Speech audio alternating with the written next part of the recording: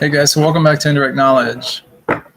So tonight we have a very special tarot card reading, and because her name is a little bit uncommon, I'm just going to refer to her, the first initial G in her name, and she's wanting to know. She's wanting to know if her boyfriend, but really what his thoughts are about her and their connection. So she wants to get information about their connection and really what he feels or what he thinks about her. So, G, we're going to do that right now for you. We'll find that out. I haven't picked up anything really negative or anything with this. So, I mean, I'm feeling kind of positive energy. Just before I even do the cards. So we're just gonna cut the cards now, and let's see what the cards have to say.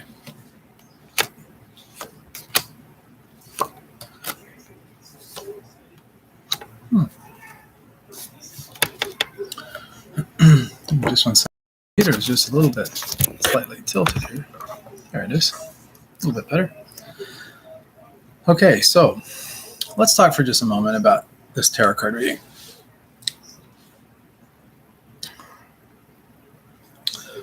I like to look at things kind of like in the near past, the present moment, and then in the near future. That kind of gives us sort of like a time frame, a window.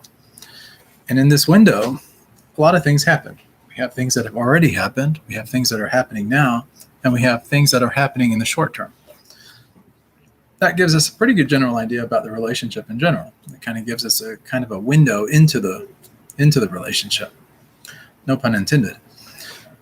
So the next thing that I like to do, kind of as sort of the second part to the tarot card reading, is I like to look at really what's going on now and really the energy surrounding that present moment.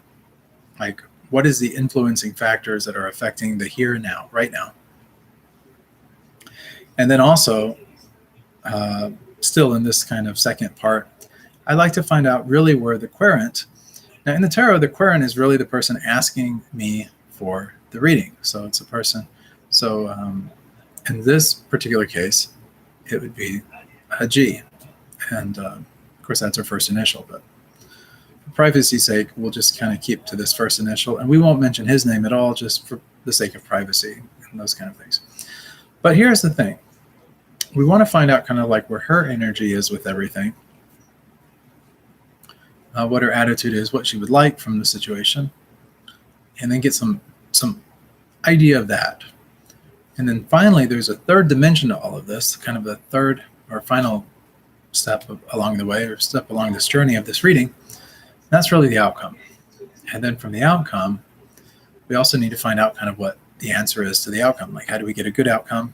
If it's a not so good outcome that it looks like, how do we avoid that kind of an outcome? So it gives us sort of some practical advice, sometimes some spiritual advice, sometimes some mental advice, and sometimes some actions that we might want to take in order to get that outcome the way that we would want. So let's begin. So in the near past, and we're talking about within about a 3-month window here, we have the Hanged Man. Okay. Now the Hanged Man is not up there because someone put him up there. He's not hanging upside down because someone went up there and tied him upside down.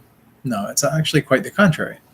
The Hanged Man is actually hung upside down because he wants to see things differently. He wants to get a different perspective on things. Now, oftentimes in life, when we want to get a different perspective, we traverse down different roads or paths. And that's for the sake of experimentation, the sake of learning new things, of gaining some experiences, that kind of thing. And in the major arcana of the tarot, this particular card, this is sort of what this indicates.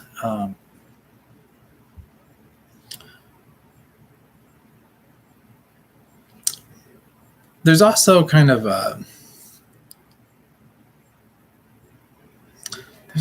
another component to this. And in our lives, we have sort of a spiritual understanding of things sometimes, and then we have sort of a more conscious, mental, well, not even so much mental, but just more of a conscious, materialistic kind of way that we go about living our life. So on one hand, we may be trying to live life in order to better our situation. That could be our financial situation, relationships, the houses that we live in, the cars that we own, all these kind of things. But this all has to do with the material. On the other hand, there's that other component to life, which is the emotional side of life. It's that feel good. It's the giving of ourself, our heart to others. It's the real true meaning behind everything, that we have got going on in this world, in terms of what's really the essence or the meaning behind everything.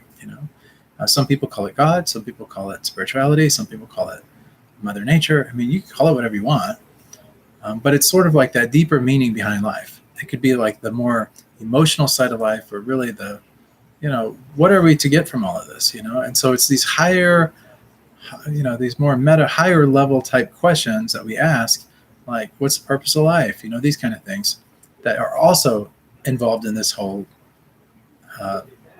two sides of the same coin kind of deal.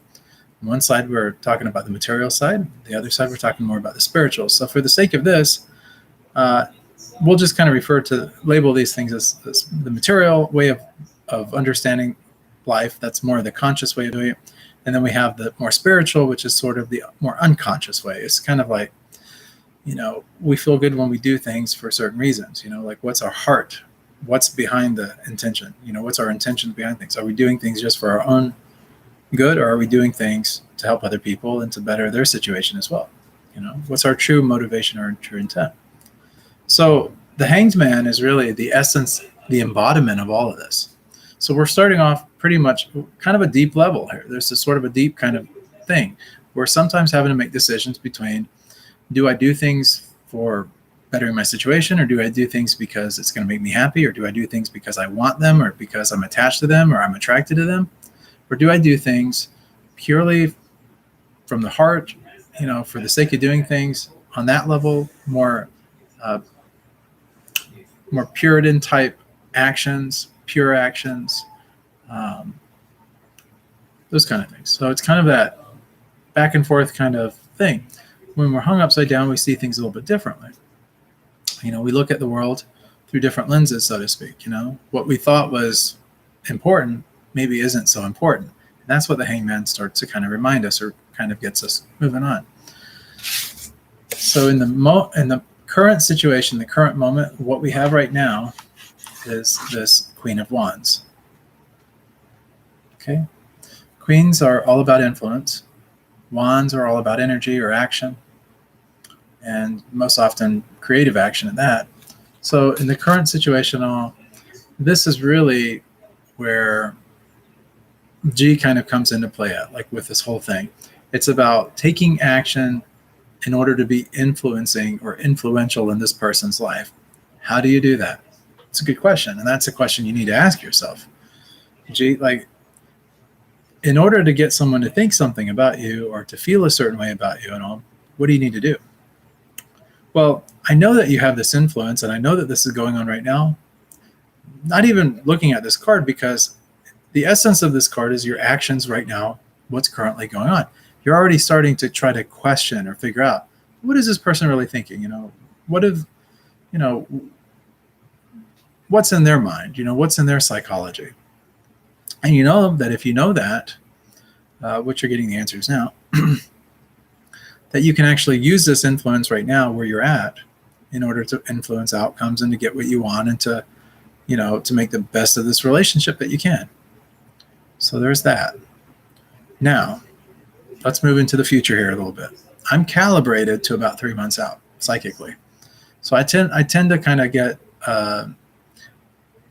I can tend to kind of look at things about 3 months out. And then from that 3 month period, I can kind of go north or south. I can kind of go east or west. In other words, I can kind of figure out about what time we're looking at specifically with regard to the situation and when this thing could happen. And in this particular case, in the near future, we have the Six of Pentacles. Very good card. This is all about charity and giving and taking. And the people taking, if you look at them, they're very happy. You know, they've got smiles on their faces. But if you look at the giver, he's also happy. He's happy to be giving resources, giving money, giving some of his abundance, some of his extras to people that are more in need, that need it like he does.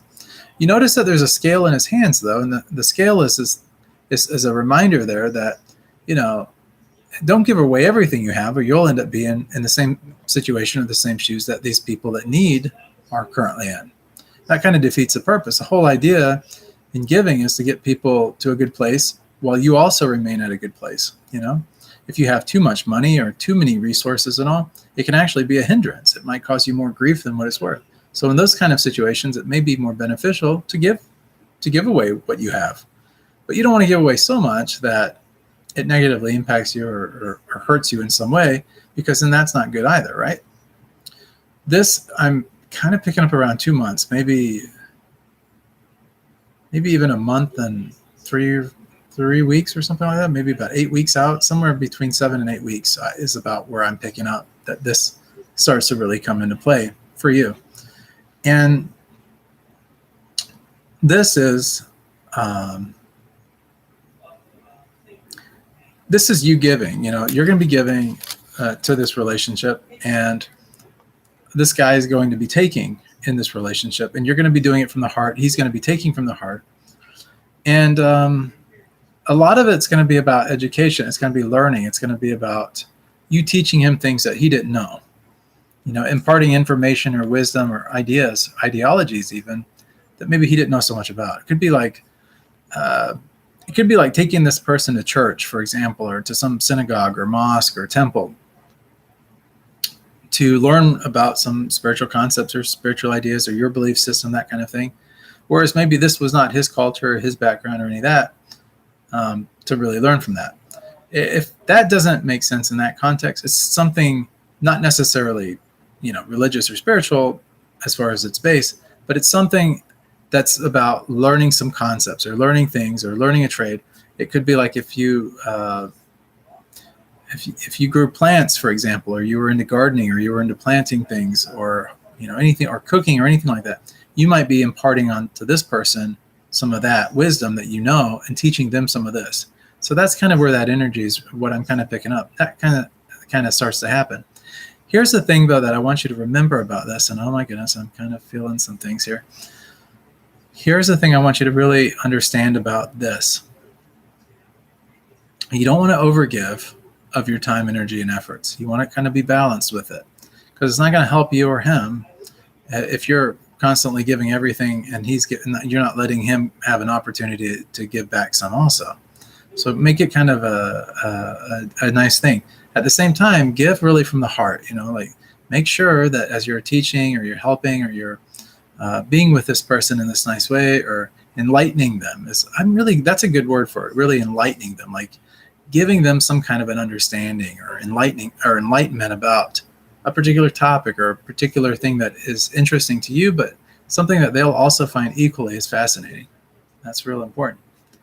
So that's really the end of this first thing. So in about 2 months, you know, just keep that in mind as you're starting to really build this thing out and the relationship is flourishing. Now, let's talk about the energy surrounding that Queen of Wands. That's that influence personality we talked about a minute ago. So the influence around the King of Wands. King of Wands is all about authority. Wands, all about action. So it's authoritative action, doing things authoritatively. In other words, owning things, you know, like I'm in charge. This is going to be my way.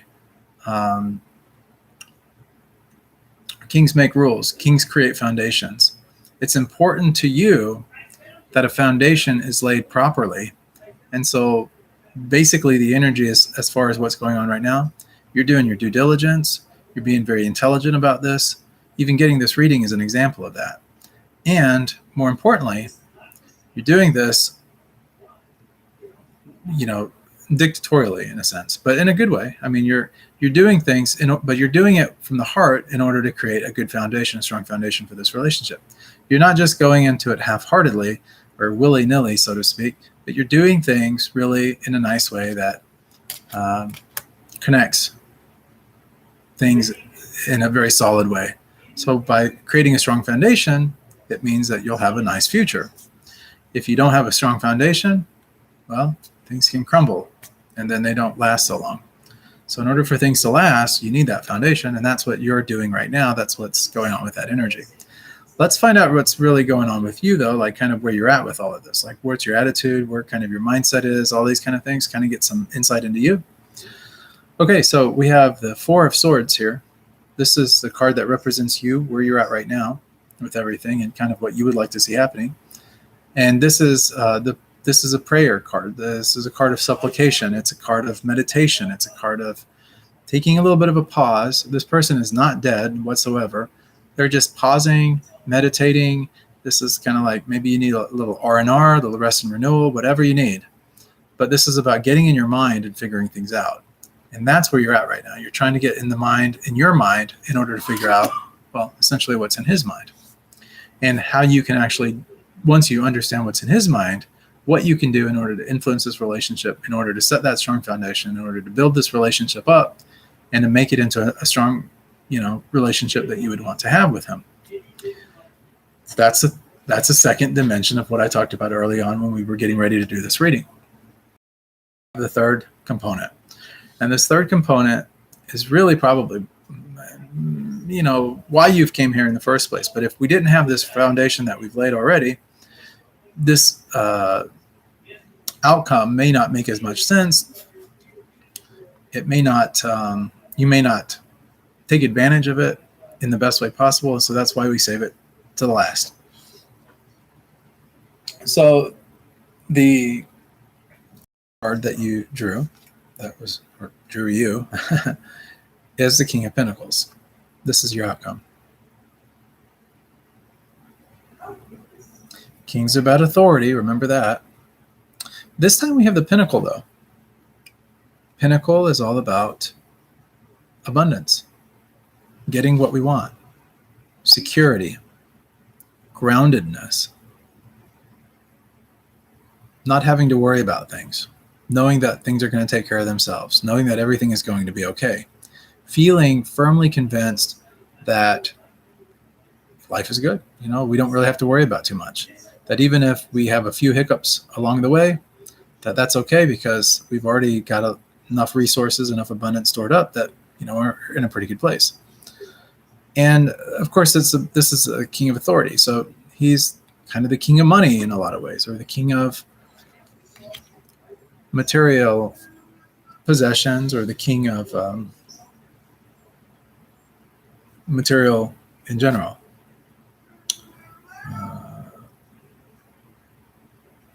So this king is a bit materialistic, not as much, focused necessarily on the spiritual. It's more about focused on setting himself up in a good situation so that he doesn't have to worry. There's feast and famine, right? Sometimes things are really good. Sometimes things are not so good. Sometimes things are just all out terrible. And in life, it's a continuum of those ups and downs, those ebbs and flows. And what this king is representing is security, like setting a good foundation. Getting the right resources in order, taking the right measures now before things get ugly, or before things take a nosedive or a turn for the worst. And oftentimes when things take a turn for the worst, we kind of see the handwriting on the wall before it happens. We kind of know when things are going south for us. And sometimes it's not always so obvious, but in many cases it is somewhat obvious. And so when that happens, it's good to have some kind of a backup plan or a backup strategy. And that's what this King of Pentacles is really all about. What's the key to putting this into play, like in order to set a good foundation up for this relationship and to make things really right? It's a good question. And that brings us to the final card in this reading. And this is sort of the answer card, or the solution card. It's really the key that unlocks this great mystery. And that key that unlocks this great mystery is the Nine of Pentacles. So take a look for just a moment. This is, you see a woman. She's got some coins. She's got a bird on her hand. There's lush green growth behind her. There's trees. And then there's that Roman numeral 9 up there. Let's talk about it for just a moment, because this is the answer. This is something that you don't want to forget about. This is something that you want to stay in your mind. So let's start with the Roman numeral 9 for just a moment. So 9 in numerology and in the tarot is really, it's representation of the moon energy. The moon is sort of like the secret or the mysteries, things that are kind of below the surface, things that we can't really so well see. Moonlight, if you think of moonlight as sort of the analogy here, you can see some things, but you can't see everything as quite as clear as you can when the sun's out, right? It's a different kind of energy. But at the same time, it's a pretty good energy. Like you get twilight, you get the moon coming out, things are getting darker. It's quieter, it's calmer, it's more peaceful. During the day when the sun's up, you have more activity, you have more energy, you have people doing things because they got to get things done before it gets dark, right? And way, way back in history, that was really the case, especially before, modern electricity and some of the things that we have today. So people needed to take care of things early on in the day so that they could relax kind of in the evening. Now, there are night animals that do everything at night. Bats are one example of that. Hoot owls are another example of that. And these so everything kind of has its own schedule, its own rhythm. Sometimes when we think at night, we think of things that are kind of mysterious, or sometimes we even get a little uncomfortable. If you've ever set foot outside your house at night and you went a little ways and it was pretty dark out, you might have even got a little bit of hesitancy or a little bit of nervousness, or some doubts started to creep in, or some fear may have, started to materialize. So there's that kind of energy that goes on with the night and with the moon as well. But with this particular card, this woman, she's very content. She's very happy. She's got that parrot on her hand. It's a good sign. It's a sign of prosperity. So she's not in a situation where she's like, say, for example, she misses a few days of work, doesn't get a really big paycheck. She's still going to be fine. Why? She's already set herself up with that strong foundation. So this is the key, is to get yourself set up and put into a good situation so that you don't really have to worry about the future so much and what that entails for you. So now let's get to the actual question at hand. So what is he thinking about you? He's thinking kind of along the same lines as you. He's thinking about setting things up nicely. He's thinking about his future, what he wants to get out of life, what he needs, but maybe not on the exact same level that you're focused. For you, it's about getting this energy in check, being authoritative, knowing what you need to do to get this foundation built. And by doing that, basically you control the hand. I mean, you can kind of make the dictation or dictate however you want. Remember, you had so many of these royalty cards. You had the queens, you had the kings. It really kind of puts you in this place of power in the relationship. So you can wield that influence to your advantage. And I do believe, I'm kind of picking up as far as your energy goes, and just from what the cards have spoken about, that you really have a very kind energy. But you're a type of person that you want things to be a for sure deal. You don't want things to be up in the air or too mysterious or too in the moonlight, let's just say. You want things to be more transparent, more obvious. And so you're more about laying that groundwork that's needed in order to create the right things in place for yourself and for this relationship. And I applaud you for that. I don't think that's a bad idea at all. So that's really it. So if you want to know really kind of what he's thinking and all, he's going with emotions, but he's also kind of very much in alignment with kind of where you're at with things. He wants something strong. He wants something more. And, and keep in mind that all of this is happening at the unconscious level. It's not happening so consciously. You may not be consciously aware of your actions or what's really going on as far as getting things done. But you do have those swords, and that Four of Swords is sort of that supplication card that we talked about, that meditation card. Maybe it's time for a little rest and renewal, or just a time to kind of, take a little bit of time now to start to think about this and what you want to have happen from it, and to kind of start to lay down the groundwork so that you can really build this thing into something more long-lasting, something more substantial. So I hope you get a lot out of this reading. If you have any other questions, of course, reach out to me. I'm always here for you as your tarot coach. And that's about it. Guys, thank you so much for tuning in to Indirect Knowledge.